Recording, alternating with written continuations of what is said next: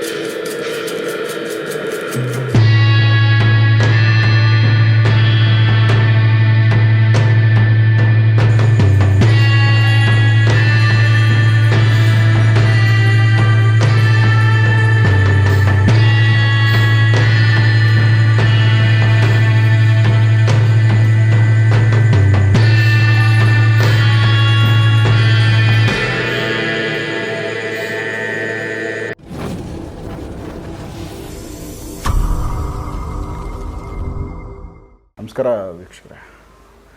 So Anil ಅವರೇ, ನೀವು ಒಂದು ಹಾವಿನ ಜೊತೆ ನಾವು ಸಂಭಾಷಣೆ ಮಾಡಿದ್ದೊಂದು ಅನುಭವ ಇದೆ, ಅದನ್ನು ನಮ್ಮ ಜೊತೆ ಮಾತಾಡಿದ್ರಿ ಫೋನಲ್ಲಿ. ನಾನು ನೆಕ್ಸ್ಟ್ ಎಪಿಸೋಡ್ ಶೂಟಿಂಗ್ ಮಾಡಬೇಕಾದಾಗ ಅದನ್ನು ನಮ್ಮ ವೀಕ್ಷಕರ ಮುಂದೆ ಶೇರ್ ಮಾಡೋಣ ಅಂತ ಅಂದ್ಕೊಂಡಿವಿ. ಸೊ ಒಂದು ಹಾವಿನ ಜೊತೆ ನೀವು ಯಾವ ರೀತಿ ಒಂದು ಕಮ್ಯುನಿಕೇಷನ್ ಮಾಡಿದ್ರಿ, ಆ ಅನುಭವ, ಅದಾದಮೇಲೆ ಶಬರಿಮಲೆಯಲ್ಲಿ ಕೂಡ ಅಯ್ಯಪ್ಪ ಸ್ವಾಮಿಗೆ ಸಂಬಂಧಪಟ್ಟಿದ್ದು ಒಂದು ವಿಚಾರ ಹೇಳಿದ್ರಿ. ಸೊ ಈ ಅನುಭವ, ಎಕ್ಸ್ಪೀರಿಯನ್ಸ್ ಯಾವ ರೀತಿ ಇತ್ತು ತಿಳಿಸಿ.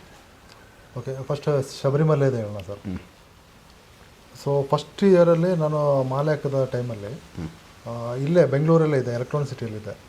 ಸೊ ಆವಾಗ ಏನೋ ಕಂಪನಿ ಅಕೊಮಡೇಷನ್ ಕೊಟ್ಟಿದ್ದರು. ಸೊ ಅಲ್ಲೇ ಮಾಲೆ ಹಾಕ್ಕೊಂಡು ಅಲ್ಲೇ ಇದು ಮಾಡ್ತಾಯಿದ್ದೆ. ಸೊ ಪೂಜೆ ಮಾಡೋತ್ತಿಗೆ ಒಂದು ಟೈಮಲ್ಲಿ ಒಂದು ಏನಿದು ಬಟರ್ಫ್ಲೈ, ಸೊ ಅದರಲ್ಲಿ 2 ಕಣ್ಣುಗಳಿರುತ್ತೆ ನೋಡಿ, ಚಿಟ್ಟೆ. ಚಿಟ್ಟೆ, ಆ ಬ್ಲ್ಯಾಕ್ ಕಲರ್ ಸ್ವಲ್ಪ ದೊಡ್ಡದು ಕಣ್ಣುಗಳ ಥರದ್ದು ಇರುತ್ತೆ. ಅದ್ರ ಕಣ್ಣುಗಳ ಥರ ಇದೆ.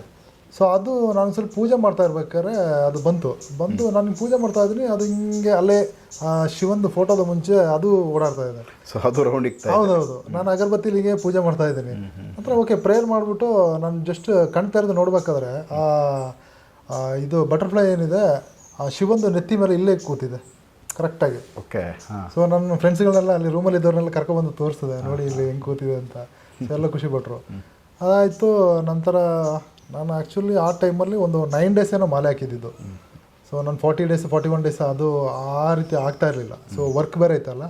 ಸೊ ಅದಾಗಿ ಏನು ಕೂರ್ಗ್ ಹೋದೆ. ಊರಲ್ಲಿ ನಮ್ಮ ಇರುಮುಡಿ ಇದೆ ಅಲ್ವಾ, ಸೊ ಅಯ್ಯಪ್ಪ ಟೆಂಪಲಲ್ಲಿ ಇರುಮುಡಿ ಇದು ನಡೀತಾ ಇತ್ತು. ಸೊ ಆ ಟೈಮಲ್ಲಿ ಸೇಮ್ ಬಟರ್ಫ್ಲೈ, ಆ ಇರುಮುಡಿ ಏನು ನಾವು ಶಬರಿಮಲೆಗೆ ಹೋಗ್ಲಿಕ್ಕೆ ನಿಲ್ಬೇಕಾದಂಥ ಆ ಟೈಮಲ್ಲಿ ಸೇಮ್ ಬಟರ್ಫ್ಲೈ ಒಂದು ಹಾರ್ಕೊಂಡು ಬಂದ್ಬಿಟ್ಟು, ನಾನು ಆ ಬ್ಲ್ಯಾಕ್ ಪಂಚೆ ಹುಟ್ಟಿದೆ ಅಲ್ವಾ, ಅದು ಇಲ್ಲಿ ಕೂತ್ಕೊಳ್ದೆ ಈ ತೊಡೆಯಲ್ಲಿ. ಸೇಮ್ ನನಗೆ ಇದು ಅದು ಏನು ವ್ಯತ್ಯಾಸನೇ ಕಾಣಲಿಲ್ಲ, ಸೇಮ್ ಅದೇ ಥರನೇ ಇತ್ತು. ಸೊ ನಾನು ಏನು ಮಾಡಿದೆ, ಅದು ಓಡೋಗುತ್ತೆ ಅಂತೇಳಿ ಹಿಂಗೆ ಮೆಲ್ಲ ಮುಟ್ಟಕ್ಕೆ ನೋಡಿದೆ, ಹೋಗಿಲ್ಲ, ಅಲ್ಲೇ ಇತ್ತು. ಸೊ ಮೆಲ್ಲ ಬೆನ್ನಿಂಗೆ ಸವರ್ದೆ, ಅದು ಹಂಗೆ ಪುಸ್ತಕಂತ ಹೋಯ್ತು. ಹಂಗೆ ಹೋಗಿ ಹಂಗೆ ರೌಂಡಾಕಿ ಹಂಗೆ ಮೇಲಕ್ಕೆ ಹೋಗ್ಬಿಡ್ತು. ಸೊ ಬೇರೆ ಸೈಡ್ಗೆಲ್ಲ ಹೋಗ್ಲಿ, ಸ್ಟ್ರೈಟ್ ಮೇಲಕ್ಕೆ ಹೋಗ್ಬಿಡ್ತು, ಮತ್ತೆ ಕಾಣ್ತಾನೆ ಇಲ್ಲ. ಅಂದರೆ ಕಾಣಿಸ್ದೆ, ಕಣ್ಣು ಕಾಣಿಸ್ದೇ ಇರೋಷ್ಟು ದೂರ, ಅಷ್ಟು ದೂರ ಮೇಲಕ್ಕೆ ಹೋಗ್ಬಿಡ್ತು. ಅಷ್ಟು ದೂರ ಆರೋದಿಲ್ಲ ಅಲ್ವಾ, ಅದು ಹೆಂಗೆ ಹೋಯ್ತು ನನಗೆ ಗೊತ್ತಿಲ್ಲ. ಆಲ್ಮೋಸ್ಟ್ ಅವು ಗಿಡಗಳ ಮೇಲೆ ಒಂದು ಸ್ವಲ್ಪ, ಬಟ್ ಅದು ದೊಡ್ಡದು, ಸ್ವಲ್ಪ ದೊಡ್ಡದು, ಒಂದು ಕೈ ಆಗಷ್ಟು ಆಗಲ್ಲ ಇದೆ. ಹೌದಾ? ಬಟ್ ಸ್ಟ್ರೈಟ್ ಮೇಲೆ ಹೋಗಿದೆ ಅಂದರೆ ಇದು ಅದಂಗೆ ತಿರ್ಕೊಂಡು ಸ್ವಲ್ಪ ಮೇಲೆ ಹೋಯ್ತು, ಮತ್ತೆ ಅದು ಕಾಣ್ತಾನೆ ಇಲ್ಲ, ಅದು ಎಲ್ಲಿ ಹೋಯ್ತು ಏನೋ ಅಂತ ಗೊತ್ತಿಲ್ಲ. ಸೊ ಅದೊಂದು ಭಾಳ ಆಶ್ಚರ್ಯ. ನಂತರ ಇನ್ನೊಂದು ಅಂತ ಹೇಳಿದ್ರೆ 3ನೇ ವರ್ಷದ್ದು, ನೀವು ಯಾರೇ ಮಾಲೆ ಹಾಕೋರಿಗೆ ಅವ್ರು ಎಷ್ಟೇ ಕೋಟ್ಯಾಧಿಪತಿ ಆಗಿರಲಿ, ಸೊ ಅದು ಏನು ನಾವು ಕರೆಕ್ಟಾಗಿ ಆ ರೂಟಲ್ಲಿ ಇದ್ದರೆ 3ನೇ ವರ್ಷ ಭಾರಿ ಪರೀಕ್ಷೆಗಳು ನಡೆಯುತ್ತೆ ಈ ಶಬರಿಮಲೆ ಇದರಲ್ಲಿ. ಸೊ ನನಗೆ 3ನೇ ವರ್ಷ ನನಗೆ ಕೆಲಸ ಇರಲಿಲ್ಲ, ಮಾಲೆ ಹಾಕಿದ್ದು ಕೂಡ ತುಂಬ ಕಷ್ಟದಲ್ಲಿ. ಸೊ ಇರುಮುಡಿಗೆ ಹೋಗೋ ಟೈಮಲ್ಲಂತೂ ಕೈಯಲ್ಲಿ ದುಡ್ಡೇ ಇಲ್ಲ. ನಾನು ತುಂಬ ಜನರ ಹತ್ರ ಕೇಳಿದೆ ಸರ್, ನನಗೆ ಕಡಿಮೆ ಅಂದರೆ ಒಂದು 15 ಜನ ಫ್ರೆಂಡ್ಸ್ ಹತ್ರ ನನಗೆ ಒಂದು 2,000 ರೂಪಾಯಿ ಬೇಕಿತ್ತು, ಅಷ್ಟೇ ಸಾಕಿತ್ತು. ಸೊ ಊರಿಂದ ಗಾಡಿ ಮಾಡ್ಕೊಂಡು ಹೋಗ್ತಾಯಿದ್ರು, ಆ ಟೈಮಿಗೆ ಗಾಡಿಗೆ ಕೊಡ್ಲಿಕ್ಕಾದ್ರೂ ಬೇಕಲ್ವ ಅಂತೇಳಿ. ಸೊ ಯಾರ ಹತ್ರ ಕೇಳಿದ್ರು ಸಿಗಲಿಲ್ಲ.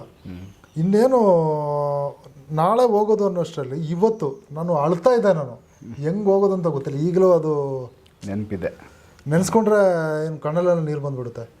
ಸೊ ಒಂದು ಹುಡುಗಿ ನನಗೆ ಫೋನ್ ಮಾಡಿಬಿಟ್ಟು, ಅಂದರೆ ಪರಿಚಯ ಇರೋ ಹುಡುಗಿ, ಆ ಹುಡುಗಿ ಇದು ನಾನು ಹೇಳ್ದೆ ಹಿಂಗೆ ನನಗೆ ಪ್ರಾಬ್ಲಮ್ ಇದೆ, ಯಾರೂ ದುಡ್ಡು ಕೊಡ್ತಾನೆ ಇಲ್ಲ, ನಾನು ತುಂಬ ಕಷ್ಟದಲ್ಲಿದ್ದೀನಿ ಅಂತ. ಎಷ್ಟು ಬೇಕು ಅಂತ, ನನಗೆ ಒಂದು 1,000 ರೂಪಾಯಿ ಇದ್ದರೂ ಸಿಕ್ಕರೆ, ಹುಡುಗಿರ ಜೊತೆ ಯಾವ ರೀತಿ ದುಡ್ಡು ಕೇಳಿ, ಅಟ್ಲೀಸ್ಟ್ ಒಂದು 1,000 ರೂಪಾಯಿ ಆದರೂ ಸಿಕ್ಕಿದ್ರೆ ಸಾಕು ಅಂತ ಹೇಳಿದೆ.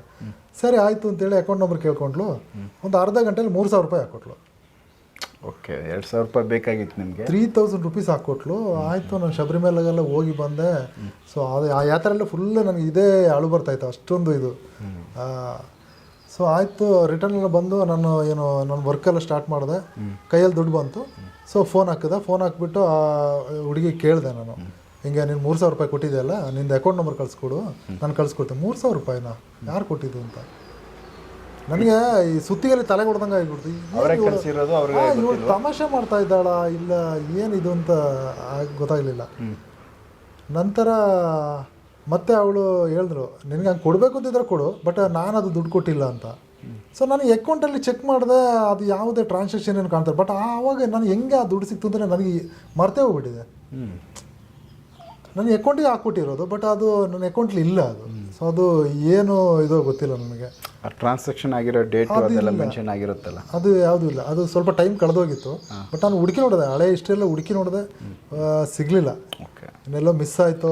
ಅವರು ಮರ್ತೋಗಿದ್ದಾರೆ ಅಂತನಾ ಇಲ್ಲ ಅವ್ರಿಗೆ ನೆನಪಿಲ್ಲ ಅಂತನಾ, ಯಾವ ಥರ ಇದು? ಅದೇ ನನಗೆ ಗೊತ್ತಾಗ್ತಿಲ್ಲ. ಅದೇ ಹುಡುಗಿ ಕಡೆಯಿಂದ ನಿಮಗೆ ಅಮೌಂಟ್ ಬಂದಿರೋದು ಕನ್ಫರ್ಮ್ ಇದೆ, ಅವರನ್ನೇ ಮಾತಾಡಿಸಿ ಫೋನ್ ಮಾಡಿದ್ದು, ಅವಳನ್ನ ಮಾತಾಡಿಸಿದ್ದು, ಆ ಹುಡುಗಿ ಇರುಮುಡಿ ಟೈಮಲ್ಲಿ ಬಂದಿರೋದು ಎಲ್ಲ ನನಗೆ ನೆನಪಿದೆ. ಸೊ ನಾನು ಅವಳ ಮುಂದೆನೇ ನಾನು ಹತ್ತಿದ್ದೀನಿ ನಾನು. ಬಟ್ ಹಂಗೆ ಅಂದಳು ಆ ಹುಡುಗಿ, ಇಲ್ಲ ನಾನು ಕೊಟ್ಟಿಲ್ಲ, ದುಡ್ಡು ಕೊಟ್ಟಿಲ್ಲ ಅಂತ. ಬಟ್ ಇದು ಒಂದು ರೀತಿ ಆಶ್ಚರ್ಯ. ಸೊ ಅದೇ ಮೂರನೇ ವರ್ಷ ಅಂತ ಕಾಣುತ್ತೆ. ಆ 3ನೇ ವರ್ಷ ನಾವು ಜ್ಯೋತಿ ನೋಡ್ಲಿಕ್ಕೆ ಕೂತಿದ್ದೆವು ಅಲ್ಲಿ. ಸೊ ಜ್ಯೋತಿ ನೋಡೋಕೆ ಕೂತಾಗ ಅಲ್ಲಿ ಗರುಡ ಬರುತ್ತಲ್ಲ ಸರ್, ಸೊ ಅದು 3 ಸಲ ಹಾರ್ಕೊಂಡು ಬರುತ್ತೆ. ನಾನು ಫಸ್ಟೆಲ್ಲ ಈ ಟಿ ವಿಲಿ ನೋಡೋದು ಇದೆಲ್ಲ ಏನಿದು ಒಂಥರ ಇದು, ಅದು ನಮಗೆ ಅದು ಏನು ಹೇಳೋದು, ಅದು ನಿಜವಾಗ್ಲೂ ನಡೆಯುತ್ತಾ ಒಂದು ಕ್ವಶನ್ ಮಾರ್ಕ್. ಸೊ ಅವತ್ತು ನಾವು ದರ್ಶನ ಮಾಡಿ, ಸೊ ಒಂದಿನ ಮುಂಚೆನೇ ಹೋಗಿ ಒಂದು ಬೆಟ್ಟದ ಮೇಲೆ ಆಪೋಸಿಟ್, ಆ ಪಂಪ ನದಿ ಪಕ್ಕ ಆಪೋಸಿಟಲ್ಲಿ ಬೆಟ್ಟದಲ್ಲಿ ಕೂತಿದ್ದೆವು ಜ್ಯೋತಿ ನೋಡೋಣ ಅಂತ ಹೇಳ್ಬಿಟ್ಟು. ಸೊ ಆ ಟೈಮಲ್ಲಿ ಒಂದು ದೊಡ್ಡ ಗರುಡ ಬಂದು ಎಲ್ಲರೂ ನೋಡ್ಕೊಂಡು ಹೋಯ್ತು. ನಾನು ತುಂಬ ಹತ್ರದಿಂದ ನೋಡಿದೆ, ಬಂದು ಒಬ್ಬೊಬ್ಬರನ್ನೂ ಅದು ವೀಕ್ಷಣೆ ಮಾಡಿಕೊಂಡು ಒಂದು 3 ರೌಂಡ್ ಬಂದು ಮತ್ತೆ ಹಂಗೆ ಹೋಗ್ಬಿಡ್ತದು. ಸೊ ಅದು ಇದೇ ರೀತಿ ನಾನು ಈ ಬಟರ್ಫ್ಲೈ ಹೇಳ್ದಂಗೆ ಅದು ಮೇಲಕ್ಕೆ ಹೋಗೋದು ನೋಡಿದೆ ನಾನು ಲಾಸ್ಟಲ್ಲಿ. ಸೊ ಮೇಲೇನೆ ಹೋಯ್ತು ಅದು, ಮತ್ತೆ ಅದು ಕಾಣಿಸ್ಲಿಲ್ಲ. ಅದು ಹೆಂಗೆ ಏನು ಎಂಥ ಕತೆ ಗೊತ್ತಿಲ್ಲ. ಸೊ ಕೆಲವು ಶಬರಿಮಲೆ ಸಂಬಂಧಪಟ್ಟಂಗೆ ನಿಮ್ಮದು ಶಬರಿಮಲೆಗೆ ನೋಡಿ, ಈಗ ಜ್ಯೋತಿದು ಅದು ತುಂಬ ಏನು ಎಲ್ಲೋ ಬೆಂಕಿ ಹಾಕಿ, ಹೌದು ಯಾರೋ ಬೆಂಕಿ ಹಾಕ್ತಾರೆ, ಅದು ಇದು ಏನೇ ಇರಲಿ, ಬಟ್ ಈ ಗರುಡಗಳು ಯಾವ ಇದು ಪಕ್ಕ ಆ ಟೈಮಿಗೆ ಅದು ಆ ಅಯ್ಯಪ್ಪ ಸ್ವಾಮಿ ಆಭರಣ ಬರಬೇಕಾದ್ರೆ ಅದಕ್ಕೆ ಮೇಲಿಂದ ಹಾರ್ಕೊಂಡು ಬಂದು ನೋಡ್ತಾನೇ ಇರುತ್ತೆ. ಅದು ನೋಡ್ಕೊಂಡು ಬಂದು ಎಲ್ಲ ಆದಮೇಲೆ 3 ರೌಂಡ್ ಹಾಕಿ ಅದು ಹೋಗುತ್ತೆ. ಸೊ ಅದು ಅದಕ್ಕೆ ಏನು ಹೇಳ್ಬೋದು. ಸೊ ಈ ಥರ ನೆಕ್ಸ್ಟ್ ಹಾವಿಂದು ಒಂದು ಹೇಳಿದ್ರಿ. ಹೌದೌದು, ಹೌದು, ಯಾವ ಥರ ಅನುಭವ? ಸೊ ಸ್ನೇಕದು ಬಂದುಬಿಟ್ಟು ಆ್ಯಕ್ಚುಲಿ ಎಲೆಕ್ಟ್ರಾನಿಕ್ ಸಿಟಿಯಲ್ಲಿ ಡಿಮಾರ್ಟ್ ಇದೆ. ನೀವು ಹೊಸೂರು ರೋಡ್ಗೆ ಹೋಗುತ್ತೆ, ಒಂದು ಡಿಮಾರ್ಟ್ ನೋಡ್ತೀರಾ. ಸೊ ಮುಂದೆ ಹೋದರೆ ಒಂದು ಕಾವೇರಮ್ಮನ ಟೆಂಪಲ್ ಇದೆ. ಸೊ ಅದರಿಂದ ಇನ್ನೂ ಸ್ವಲ್ಪ ಮುಂದೆ ಹೋದರೆ ಒಂದು ನಾಗದೇವತೆ ಟೆಂಪಲ್ ಇದೆ. ಸೊ ಅಷ್ಟೊಂದು ಏನು ಪಬ್ಲಿಕ್ ಅದು ಆಗಿಲ್ಲ, ಪ್ರಚಾರ ಇಲ್ಲ ಅಲ್ಲಿ. ಯಾಕೆಂತಂದರೆ ಅದು ಬೆಳಿಗ್ಗೆಯಿಂದ ಸಂಜೆವರೆಗೂ ಓಪನ್ ಮಾಡಿ ಇಟ್ಟಿರ್ತಾರೆ. ಸೊ ಬರೋರು ಹೋಗೋರು ದರ್ಶನ ಮಾಡ್ಕೊಂಡು ಹೋದ್ರೆ, ಹಂಗಾಗಿ ಅಲ್ಲಿ ರಶ್ ಇಲ್ಲ. ಬಟ್ ಅಲ್ಲಿ ತುಂಬ ಅದ್ಭುತವಾದ ಪವರ್ ಇದೆ. ಸೊ ನನಗೆ ಯಾರೋ ನಮ್ಮ ವೈಫ್ನ ಫ್ರೆಂಡ್ ಥ್ರೂ ಒಂದು ಮೆಸೇಜ್ ಬಂತು, ಅಲ್ಲಿ ದೇವಿ ಓಡಾಡ್ತಾಳೆ, ಆ ನಾಗದೇವತೆ ಅಲ್ಲಿ ಸಂಚಾರ ಇದೆ ಅಂತ. ಸೊ ಅದು ಹೇಗೆ ಏನು ಅಂತ ಕೇಳೋದಕ್ಕೆ, ಮಂಗಳವಾರ ಮತ್ತು ಶುಕ್ರವಾರ ರಾತ್ರಿ 12 ಗಂಟೆಗೆ ಆ ಬ್ಯಾಕಲ್ಲಿ ಒಂದು ಹುತ್ತ ಇದೆ. ಸೊ ಆ ಹುತ್ತದಿಂದ ಅಲ್ಲಿಂದ ನಡ್ಕೊಂಡು ಬರ್ತಾಳೆ ಅಂತ. ಸೊ ಅವಾಗ ಆ ಕಾಲು ಗೆಜ್ಜೆದು ಸೌಂಡ್ ಕೇಳುತ್ತೆ. ಓಕೆ. ಸೊ ಅಲ್ಲಿ ಅಕ್ಕಪಕ್ಕದ ಮನೆಯವರಿಗೆಲ್ಲ ಆ ಸೌಂಡ್ ಕೇಳಿಸುತ್ತೆ. ಅನುಭವ ಆಗೈತೆ ಅವ್ರಿಗೆ? ಅವ್ರಿಗೆ ಆಗಿದೆ. ಸೊ ಅವ್ರು ಒಬ್ಬೊಬ್ಬರೇ ಇರ್ಲಿಕ್ಕೆ ಭಯಪಡ್ತಾರೆ ಅವರು ಆ ರೀತಿ. ನಂತರ ಅಲ್ಲಿ ಒಬ್ಬರು ಸೆಕ್ಯೂರಿಟಿ ನೋಡ್ಬಿಟ್ಟು ಅವರು ಏನೋ ಸ್ವಲ್ಪ ಪ್ರಾಬ್ಲಮ್ ಆಗಿತ್ತು ಅವ್ರಿಗೆ. ಸೊ ಡೈರೆಕ್ಟಾಗಿ ಆ ಟೈಮಲ್ಲಿ ಲೈವ್ ಆಗಿ ನೋಡ್ಬಿಟ್ರು ಸೊ ಅಮ್ಮ ನಡ್ಕೊಂಡು ಬರೋದನ್ನು. ಸೊ ಮತ್ತೆ ಅವ್ರನ್ನೆಲ್ಲೋ ತಮಿಳ್ನಾಡೆಲ್ಲ ಕರ್ಕೊಂಡೋಗಿ ತುಂಬ ಟೈಮ್ ಬೇಕಾಯ್ತು ಅವರು ಮತ್ತೆ ರಿಕವರಿ ಆಗೋಕ್ಕೆ, ಸಡನ್ ಆಗಿ ಇದಾಯ್ತಲ್ವ. ಸೊ ಹಂಗಾಗಿ ಈಗ ಆ ಟೈಮಲ್ಲಿ ಅಲ್ಲಿ ಯಾರು ಅಂದರೆ ಆ ಏರಿಯಾನೇ ಸ್ವಲ್ಪ ಬ್ಲಾಕ್ ಮಾಡಿ ಇಟ್ಟಿದ್ದಾರೆ. ಈಗ ನಮಗೆ ಹೋದ್ರೂ ಕೂಡ ಅಲ್ಲಿ ಪರ್ಮಿಷನ್ ಕೇಳ್ಕೊಂಡೇ ಹೋಗ್ಬೇಕು. ಸೊ ಅವ್ರು ಬಿಡಲ್ಲ ಅಲ್ಲೂ. ಓಕೆ. ಸೊ ಯಾರೇ ಆದರೂ ಅಲ್ಲಿ ಹೋಗೋರಿದ್ದರೂ ಕೂಡ ನೀವು ಟೆಂಪಲ್ ಹೋಗಿ ದರ್ಶನ ಮಾಡ್ಕೊಳ್ಳಿ, ಅಲ್ಲಿ ಏನು ಬೇಡ್ಕೊಳ್ಳಿ ಒಳ್ಳೆಯದಾಗುತ್ತೆ. ಬಟ್ ಅಲ್ಲಿ ಆ ಹುತ್ತ ಹುಡ್ಕೊಂಡು ಹೋಗಬೇಡಿ. ಸೊ ಅದು ಸ್ವಲ್ಪ ಕಷ್ಟ. ಅದು ತುಂಬ ದೊಡ್ಡವರ ಪ್ರಾಪರ್ಟಿಯಲ್ಲಿ ಇದೆ. ಸೊ ಅವ್ರಿಗೆ ಏನು ಮಾಡೋಕ್ಕಾಗಿಲ್ಲ ಸರ್. ಒಂದೂವರೆ ಎಕರೆ ಅಲ್ಲ 2 ಎಕರೆ ಇದೆಯಾ ಅಂತ ಗೊತ್ತಿಲ್ಲ ಆ ಜಾಗ. ಅವ್ರು ಏನೂ ಮಾಡಿಲ್ಲ, ಖಾಲಿ ಬಿಟ್ಟವರು. ಆ ಕಡೆ ದೊಡ್ಡ ಅಪಾರ್ಟ್ಮೆಂಟ್ ಹೋಗಿದೆ, ಭಯಂಕರ ಅಪಾರ್ಟ್ಮೆಂಟ್ಗಳಾಗಿದೆ, ತುಂಬ ದೊಡ್ಡ ವ್ಯಕ್ತಿಗಳದ್ದು ಅದು. ಸೊ ಅಲ್ಲಿ ಇನ್ನೊಂದು ಅಂತ ಹೇಳಿದ್ರೆ ಅದರ ನೇರ ಆಪೋಸಿಟ್ ಸೈಡಲ್ಲಿ ಈ ನಾನು ಹೇಳಿದ್ರೆ ಕಾವೇರಮ್ಮನ ಟೆಂಪಲ್, ಅದರ ಆಪೋಸಿಟ್ ಸೈಡಲ್ಲಿ ನಮ್ಮ ಹೈವೇ ಇದೆ ಅಲ್ವಾ, ಹೈವೇ ಮಧ್ಯದಲ್ಲಿ ಒಂದು ಹುಣಸೆ ಮರ ಇದೆ. ಆ ಹುಣಸೆ ಮರ ಹೈವೇ ಮಧ್ಯದಲ್ಲಿ ಹೆಂಗೆ ಬರುತ್ತೆ? ಕಟ್ ಮಾಡಕ್ಕೆ ಬಿಡ್ತಾರಲ್ಲ, ತುಂಬ ಜನ ಕಟ್ ಮಾಡಕ್ಕೆ ಹೋದ್ರೆ ಅವ್ರಿಗೆ ಕಟ್ ಮಾಡಕ್ಕೆ ಹೋದವ್ರಿಗೆಲ್ಲ ಏಟು ಬಿದ್ದಿದೆ. ಹೌದಾ? ಸೊ ಒಬ್ಬರು ಪಾಪ ಅಲ್ಲಿ ಅಂಗಡಿ ಇಟ್ಟಿದ್ದಾರೆ, ಅವರು ಏನೋ ಕಾಲು ಕಟ್ಟಾಗಿದೆ ಅವ್ರದ್ದು. ಸೊ ಅವ್ರು ಹೇಳ್ತಾ ಇದ್ರು, ನಾನು ಬೇಡದ ಕೆಲಸ ಮಾಡಿದೆ, ನನಗೆ ತುಂಬ ಜನ ಹೇಳಿದರು ಆ ಮರ ಕಡಿಬೇಡ ಅಂತ, ನಾನು ಹೋಗಿ ಕಡಿಯೋಕೆ ಹೋದೆ. ಸೊ ನನಗೆ ಕಾಲಿಗಿದೆ ಈ ರೀತಿ ಆಯಿತು ಅಂತೇಳಿ. ಸೊ ನೀವು ಇವಾಗಲೂ ಅಷ್ಟೇ, ನೀವು ಇನ್ನು ಎಲೆಕ್ಟ್ರಾನಿಸಿಟಿ ಫೇಸ್ 1ಇಂದ ಹೊಸೂರೊಳಗೆ ಹೋಗೋ ಟೈಮಲ್ಲಿ ಆ ಹೈವೇ ಮಧ್ಯದಲ್ಲೇ ಇದೆ, ಸೆಂಟ್ರಲ್ ಇದೆ, ಡಿಮಾರ್ಟಿಂದ ಮುಂದೆ ಹೋಗುತ್ತೆ, ಸೆಂಟ್ರಲ್ ಇದೆ. ಅದನ್ನ ಹಂಗೆ ಬಿಟ್ಟಿದ್ದಾರೆ, ಏನೂ ಮಾಡೋಕ್ಕಾಗಿಲ್ಲ. ಇಲ್ಲಾಂದ್ರೆ ಮುನ್ಸಿಪಾಲ್ಟಿ ಅವ್ರು ಬಿಡ್ತಾರೆ. ಸೊ ಅದರಲ್ಲಿ ಭಾರಿ ಶಕ್ತಿ ಇದೆ. ಸೊ ಹಾಗಾಗಿ ಅದನ್ನು ಬಿಟ್ಟಿದ್ದಾರೆ. ಸೊ ನಾನು ಹಂಗೆ ಹೋದೆ, ನನಗೆ ಪರಿಚಯ ಇರೋರನ್ನ ನಾನು ಮೀಟ್ ಮಾಡಿ ಟೆಂಪಲ್ಗೆ ಹೋಗಿ ಪ್ರೇ ಮಾಡಿಕೊಂಡೆ. ಅಮ್ಮನ ಹತ್ರ ಪ್ರೇ ಮಾಡ್ಕೊಂಡಿದ್ದು ಇಷ್ಟೇ, ನನಗೆ ಸ್ಪಿರಿಚುವಲ್ಲಿ ನಾನು ಏನಾದರೂ ಸಾಧನೆ ಮಾಡಲಿಕ್ಕೆ ಒಬ್ಬರು ಗುರುಗಳು ಬೇಕು, ನೀನು ಅದನ್ನು ಕೊಡಬೇಕು ಅಂತೇಳಿ ನಾನು ಇಷ್ಟೇ ಕೇಳ್ಕೊಂಡಿದ್ದು. ಮೇ ಬಿ ಆ ಒಂದು ಏನು ಪ್ರಾರ್ಥನೆ ನನಗೆ ಇವಾಗ ಫಲಿಸಿದೆ ಅಂತ ಅನಿಸುತ್ತೆ. ಸೊ ಹಂಗೆ ನಾನು ಅದಾಗಿ ನನ್ನನ್ನು ಅಲ್ಲಿ ಪರಿಚಯ ಇರೋರು ಆ ಹುತ್ತದ ಹತ್ರ ಕರ್ಕೊಂಡು ಹೋದರು. ಸೊ ತುಂಬ ಒಬ್ಬ ವ್ಯಕ್ತಿಗಿಂತ ಸ್ವಲ್ಪ ಹೈಟ್ ಜಾಸ್ತಿ ಇದೆ ಆ ಹುತ್ತ. ಹೋಗಿ ನನಗೆ ಏನು ಮಾಡಬೇಕು ಗೊತ್ತಿಲ್ಲ, ಜಸ್ಟ್ ಪ್ರೇ ಮಾಡಿಕೊಂಡೆ. ಸೊ ಓಂ ನಮಃ ಶಿವಾಯ ಅಂತ 3 ಸಲ ಹೇಳಿದೆ. ಸೊ ಇವರು ಎಲ್ಲಿ ಆ ಹುತ್ತನಳ್ಳಿದು ಗುರುಗಳು ಬ್ರಹ್ಮಯ್ಯ ಸ್ವಾಮಿಗಳು ಒಂದು ಮಾತು ಹೇಳಿದರು, ನೀವೆಲ್ಲೇ ಹುತ್ತ ನೋಡಿದ್ರು ಅದನ್ನು ಮುಟ್ಟಿ ನಮಸ್ಕರಿಸಿ ಅಂತ. ಅದು ಸಡನ್ ನೆನಪಿಗೆ ಬಂತು. ನಾನು 3 ಸಲ ಓಂ ನಮಃ ಶಿವ ಅಂತೇಳಿ ಮುಟ್ಟಿ ನಮಸ್ಕರಿಕೊಂಡು ಹಾಗೆ ಬಂದೆ. ಸೊ ಅಲ್ಲಿ ನೋಡೋತ್ತಿಗೆ ಆ ಓಲಲ್ಲಿ ಹಸಿ ಇತ್ತು, ಆಗ ಹೋಗಿರುವಂಥದ್ದು. ನನಗನ್ಸುತ್ತೆ ಒಂದು 10 ನಿಮಿಷದ ಮುಂಚೆ ಅದು ಹೋಗಿರ್ಬೇಕು ಅಷ್ಟೇ. ಸೊ ನಾನು ಒಂದು 6:10, 6:15 ಆ ಟೈಮಿಗೆ ಸಾಯಂಕಾಲ ಹೋಗಿರುವಂಥದ್ದು. ಸೊ ನನಗನ್ಸುತ್ತೆ 6 ಗಂಟೆಗೇನೋ ಹೋಗಿದೆ ಅಂತ. ಸೊ ಹಂಗೆ ಬಂದುಬಿಟ್ಟೆ. ಒಂದು 7 days 9 days ಅಂತ ನನಗೆ ಕರೆಕ್ಟಾಗಿ ನೆನಪಿಲ್ಲ. ಸೊ 9 days ಅಂತ ಇಟ್ಕೊಳ್ಳೋಣ. ಬೆಳಿಗ್ಗೆ ಒಂದು 5:30 ಹಂಗೆ ನನಗೆ ಎಚ್ಚರಿಕೆ ಆಗಿದೆ. ಅಂದರೆ ಇದು ಈ ಮೆಡಿಟೇಷನ್ ಮಾಡೋದಕ್ಕಿಂತ ಮುಂಚಿನ ವಿಷಯ ಇದು. ಎಚ್ಚರಿಕೆ ಆಗಿತ್ತು, ಆದರೂ ಸುಮ್ಮನೆ ಮಲ್ಕೊಂಡಿದ್ದೆ. ಇನ್ನೊಂದು 6 ಗಂಟೆ ಆಗಲಿ ಎದ್ದೇಳೋಣ ಅಂತ. ಆವಾಗ ಮೆಡಿಟೇಷನ್ ಎಲ್ಲ ಮಾಡ್ತಾ ಇರಲಿಲ್ಲಲ್ಲ. ಸೊ ಹಂಗಾಗಿ ಇಮಿಡಿಯೇಟ್ ನನ್ನ ಮುಂದ್ಗಡೆ ಒಂದು ಸ್ಕ್ರೀನ್ ಓಪನ್ ಆದಂಗೆ. ಸ್ಕ್ರೀನಲ್ಲಿ ಎಲ್ಲಿ ಊರಲ್ಲಿ ನಮ್ಮ ತೋಟ ಕಾಣ್ತಾ ಇದೆ. ಇದೇನಪ್ಪ ಕಾಣ್ತಾ ಇದೆ ಅಂತ ಒಳ್ಳೆ ಎಂಜಾಯ್ ಮಾಡ್ತಾ ಇದ್ದೀನಿ, ಹಂಗೆ ಮಲ್ಕೊಂಡಿದ್ದೀನಿ. 20 ವರ್ಷದ ಹಿಂದೆ ಇದ್ದಂಥ ಹಳೆ ಮನೆ, ಆ ಮನೆನ ತೋರಿಸ್ಕೊಡ್ತು. ಸೊ ಮನೆ ನೋಡ್ತಾ ನಾನು ನನಸ ಅದು ಏನು ಗೊತ್ತಾಗ್ತಾ ಇಲ್ಲ ನನಗೆ. ಆವಾಗ ಇದ್ರ ಬಗ್ಗೆ ಎಲ್ಲ ಐಡಿಯಾ ಇಲ್ಲಲ್ಲ. ಸೊ ಸೂಕ್ಷ್ಮ ಶರೀರ ಆ್ಯಕ್ಟಿವ್ ಆಗುವಂಥದ್ದು ಇದೆಲ್ಲ ಐಡಿಯಾ ಇಲ್ಲಲ್ಲ. ಸೊ ಹಂಗೆ ವಿಷನಲ್ಲಿ ಆ ಮನೆ ಕಾಣ್ತಾ ಇದೆ. ಸೊ ಮನೆ ಒಳಗಡೆ ತುಂಬ ಜನ ಇದ್ದಾರೆ. ನನ್ನನ್ನು ಯಾರೋ ಹೊರಗಡೆ ಕರೆದಂಗೆ ನಾನು ಬರ್ತೀನಿ, ಅಂಗಳಕ್ಕೆ ಬಂದಾಗ